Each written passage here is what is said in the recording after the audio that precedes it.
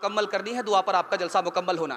लेकिन मुझे यकीन है कि आप जब तक जलसा मुकम्मल नहीं होगा इंशाअल्लाह नहीं जाएंगे, मुझे यकीन है। रास्ते में भिखारी खड़ा है, भीख दे मांग रहा, अल्लाह के नाम पर दे दो, अल्लाह के नाम पर दे दो। जितनी थाली नहीं उछाल रहा उतना सर उठा रहा। एक आदमी भीख देने के लिए आया तो सर झुका करके भीख दे रहा है। उसको बड़ी हैरत हुई, ये आदमी जो मुझे भीख दे रहा है ये तो सर झुका करके दे रहा है, मैं कितना बेशरम आदमी हूं, सर उठा करके भीख मांग रहा हूं।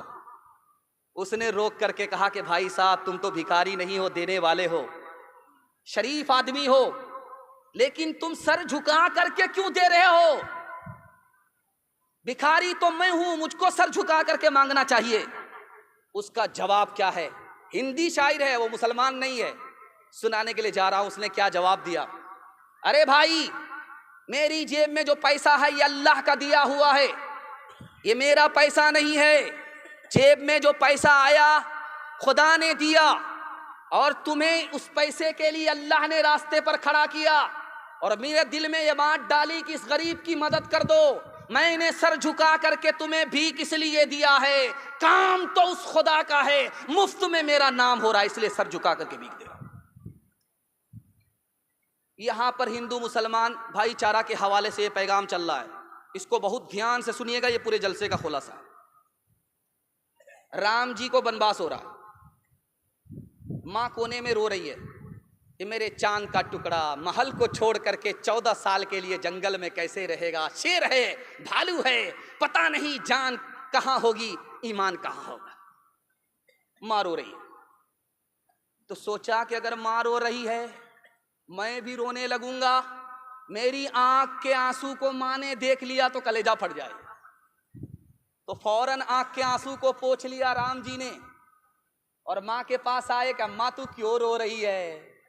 मैं तो एक नेक काम करने के लिए जा रहा हूं, मेरे बाप ने वादा किया था, उस वादे को पूरा करने के लिए जा रहा हूं, मैं एक नेक काम करने के लिए जा रहा हूं, तू क्यों रो रही है?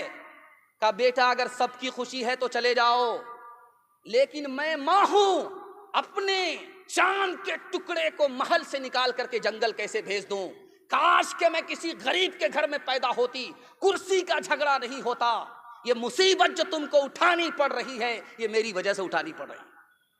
जब राम जी ने देखा कि मेरी मां परेशान है तो हाथ जोड़ करके कहा, मां परेशान होने की जरूरत नहीं है। घर में जब फूल खिलता है तो जब वो मुरझा जाता है पतझड़ में तो लोग मायूस हो जाते हैं, लेकिन जो फूल जंगल में खिलता है वहां इंसान नहीं होता, उसको देखने वाला खुदा होता है।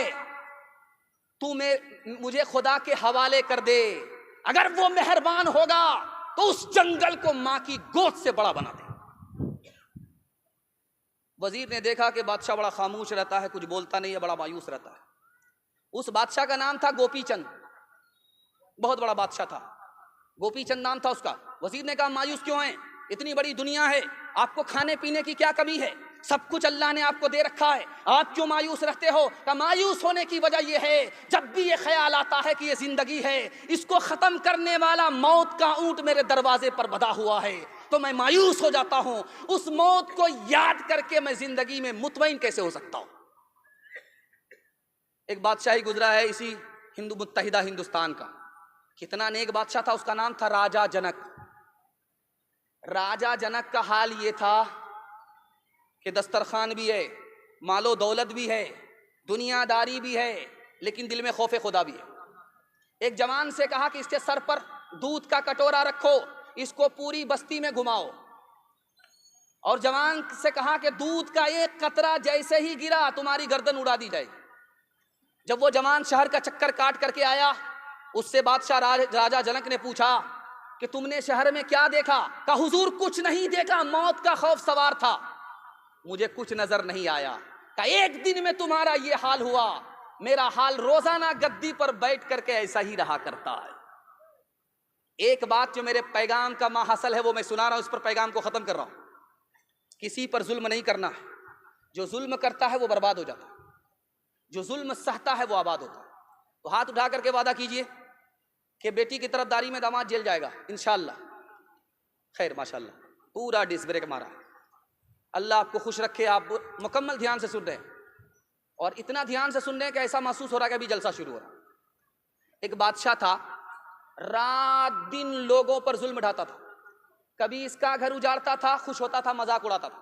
कभी उसका घर उजाड़ता था, खुश होता था, मजाक उड़ाता था। एक दिन अचानक क्या हुआ, चुपके से बैठ गया, रोने लगा। वजीर ने पूछा कि क्या हुआ? 100 चूहा खा के बिल्ली हज को चली।